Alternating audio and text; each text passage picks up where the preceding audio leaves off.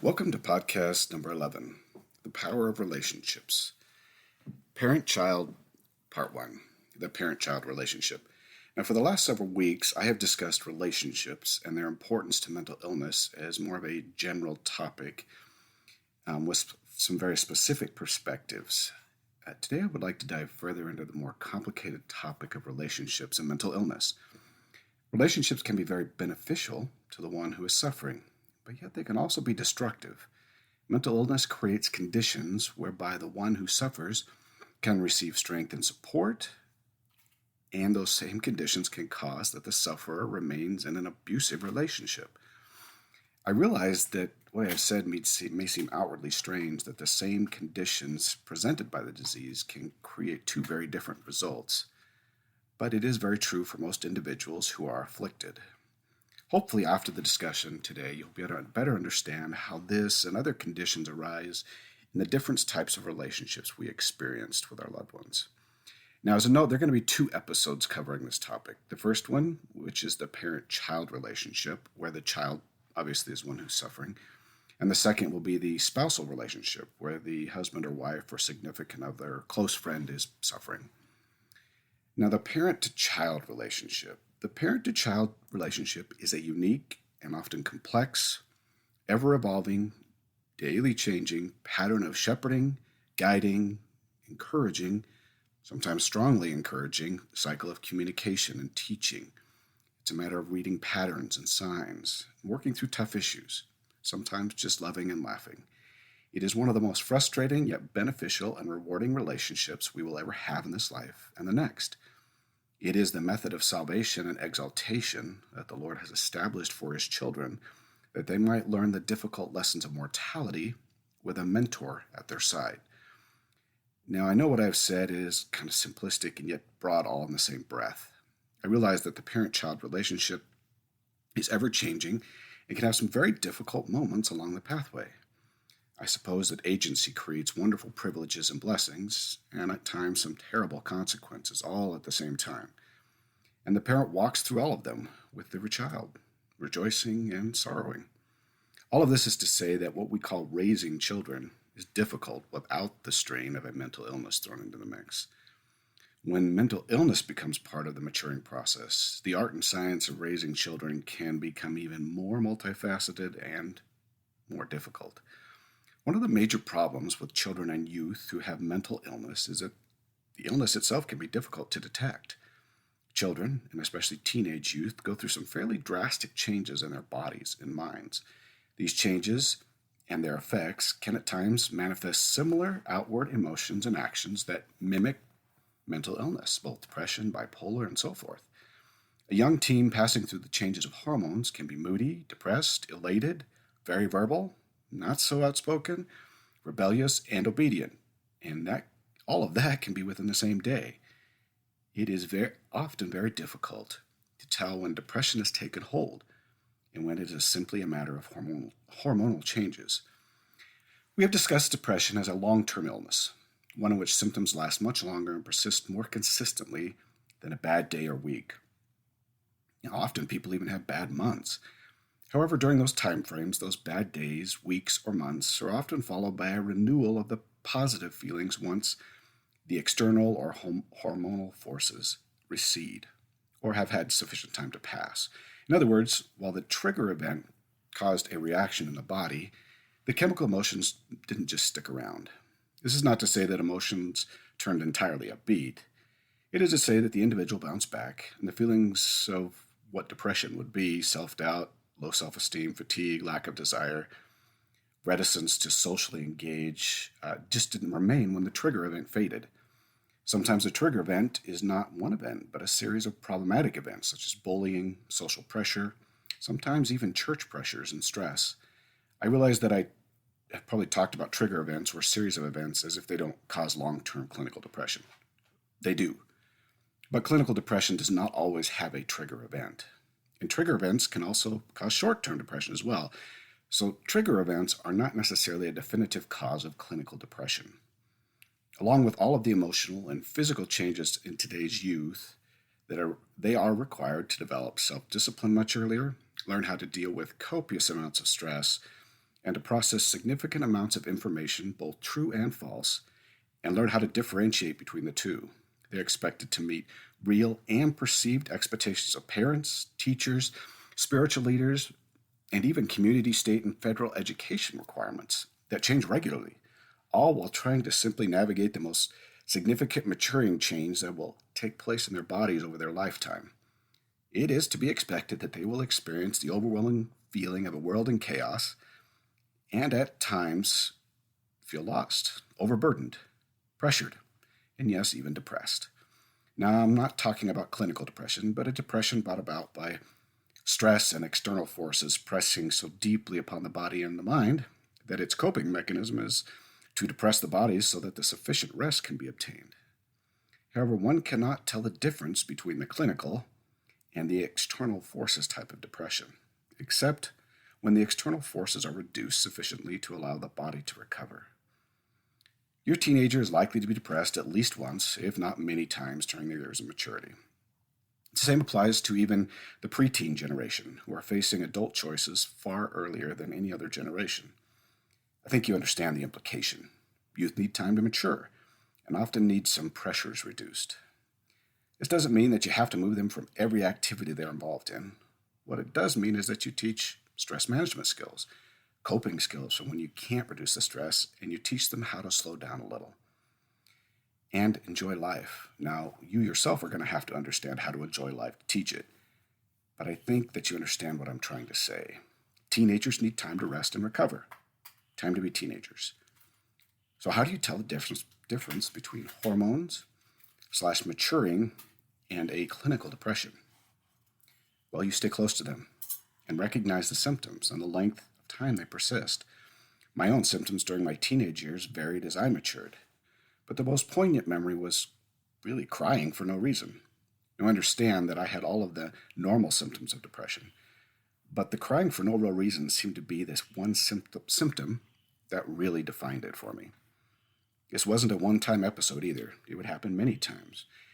And the pattern didn't seem to change or stop for long periods of time. Now, we expect teenagers and preteens to move through phases in their maturity.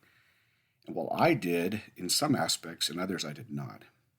It was not one moment in time that would have allowed my parents to diagnose me. It would have been a fairly consistent pattern over time. That is the difficulty with the disease. It isn't easy to diagnose and see patterns over time. So my answer is to stay close. And when the depression comes regularly and stays, and the child's friends have no clear answer as to why, then it's probably time to consider help for them. Remember that we don't all react to depression in similar ways. Some will cry for no reason, others will get angry, and still others will be withdrawn and sullen, possibly for no reason. The key is the reason why for the most part. This doesn't mean that the child won't give a reason. The most frustrating part of some clinical depression is that the mind is looking for a cause that doesn't exist. And that brings reactions of anger, tears, sullen, withdrawn, and so forth. Now, it is also important to remember that trigger events such as bullying, abuse, verbal, physical, sexual, and so forth, accidents, and a variety of other things can also cause depression and even lead to clinical depression. But there is not always a cause for the depression. Both types of depression, both cause and no cause, can be debilitating and last for a lifetime. Or they can be shorter. What I'm really saying is that you need to watch for the signs and listen. The first and probably the most important aspect of a child with depression is keeping communication lines open. It will not be easy, as their internal forces are telling them to break free from the mothering nest. And depressed humans don't like to talk. So you do your best, and then you hope for the best. There are reasons that in the church we have classes, quorums, leaders. Sometimes the child just needs a different listening ear. And that's okay. Yes, the parent should be the first line of defense. But sometimes they just need someone else. There are a variety of strategies parents can use to help the communication lines. Now, I thought about mentioning some of them, but I'm going to leave that to the parents to discuss. Each child will need something different, and even children in the same family mature differently. If a child suffers with depression, communication is going to be more difficult. because this is one of the aspects of development that depression often affects dramatically. Additionally, building stable relationships will also be affected in various ways as they mature if they have depression. So every parent will need to study how best to help their child and then take those concerns to the Lord. I cannot begin to provide every strategy, but I know that the Lord can provide the one that is needed for your child. The second thing is to watch for the depression signals. Children are more likely to stop masking depression when they are home. Signs of depression can be found at a number of mental health websites. It is important to remember to watch for all of the signs. Depression can manifest itself in a variety of ways and scenarios, and just looking for particular signs such as reclusion and withdrawal may actually not be sufficient. Ask questions about how they are feeling, specific questions, rather than the general, "How are you feeling?" Say that you've noticed a difference in them and are concerned. Remember that depressed individuals don't know that they are depressed oftentimes. I have previously discussed how this can be true. Watch for the signs and ask questions and be observant. The parent is the most likely person beyond maybe a teacher who regularly interacts with them and could notice the signs. Now, it doesn't hurt you to talk to their friends about what they are seeing. Yes, you definitely need to tell your child that you did so before they ask you. Third, if you suspect that they're having a difficulty, then don't overreact. Simply talk to them about what you are seeing and how you might be of help. Counseling is always a good start. If not with a counselor, then with someone they trust. They are going to need to learn some skills to manage and cope with the stress and the emotional instability of mental illness. Going to a professional can help you decide treatment options. Now, the sooner you do this is probably better for them and for you. Now, I understand the stigma attached to seeing a counselor and talking about the issues in your life. Hollywood has degraded and reduced the role of a professional counselor to a punchline. And so you become that punchline when you think about going to a professional. Your children also understand this. So you will have to redefine the role for them and allow them to see the benefit. Fourth, while the child will need support, even if they're young or old, never talk about their difficulties behind their back. Always let them know who you will talk to and that you will do it to help them. Limit your conversations to those who need to know or can help. Nothing will be worse than for the child to discover that social peers now have information with which to torture them in public. Fifth, do what the prophets have said all along. Spend time with the child. Go to a movie, go to dinner, go for a hike, do something they like to do, and that might even be being humiliated by them in a game they love. Invite them to be involved in family meetings, games, family home evening, and so forth. Understanding when sometimes those things will be too much for them. Also, I would also recommend listening to the previous podcast entitled How Can I Help? For some more insights. Most of all, turn to the Lord for help. He knows exactly what the child needs. Now remember, the child may not respond as you would expect, so be patient and keep the Lord in the conversation. The Lord will let you know what to do. Finally, don't do the Lord's work for him. Sometimes in our desire to help, we want to cause a change to take place in the child. We get a little overzealous. Remember that we plant and nourish, and the Lord provides the increase. Relationships with children who are struggling with depression are going to be difficult by nature. Now, depression does not lend itself to relationships. Often they are one-sided. So do not get discouraged. The worst thing you can do is to give up. I know that it causes you pain to see your child suffer. I get it. I have at least 3 children with mental illness, and even though I have passed through a good portion of my life with the disease, it doesn't make it any easier for me to see my child suffer. So be patient and love them. One day we will see them in all their glory and perfection, and we really won't remember those difficult days. One final thought regarding our children in this parental relationship. We want our children to be better, to do better, become better, serve better than us. We want perfection for them. We want them to be more experienced, intelligent, charitable, kind, loving, generous than we have been in our lives. We want them to become in some ways what we didn't. We want all of this without sin, without heartache, without trial, difficult times, suffering, and pain for them. Now, we as parents somehow think that they can learn everything we have without experienced what allowed us to learn it. If we truly want more for them than what we have obtained, then we must be willing to let them experience things far more difficult than we did, with much greater pain, suffering, heartache, and yes, sometimes sin. Our job is not to soften the blows, although we will try. Our job is to heal and help them back to the path. Now, for the mentally ill person, child, what can one who is ill do to help in this relationship? This is going to sound cliche and probably not what you want to hear. Listen. Listen to your parents, your friends, who are your true friends, and your spiritual leaders. Now, before you turn away from that idea, listen just for a few minutes. Depression is not something you can see from the inside. It is a terrible illness that turns your reality upside down. And while it is part of you, it isn't you. Your parents, teachers, and those who love you can see the difference in you and what it is doing in your life. I know that it is difficult to imagine that your own body could be ill without you knowing first, but that is how depression works, and all mental illness for that matter. It changes you from the inside and makes everything slowly seem dark and meaningless. Yes, you will feel better some days than others, but overall this illness is slowly changing the person you once were.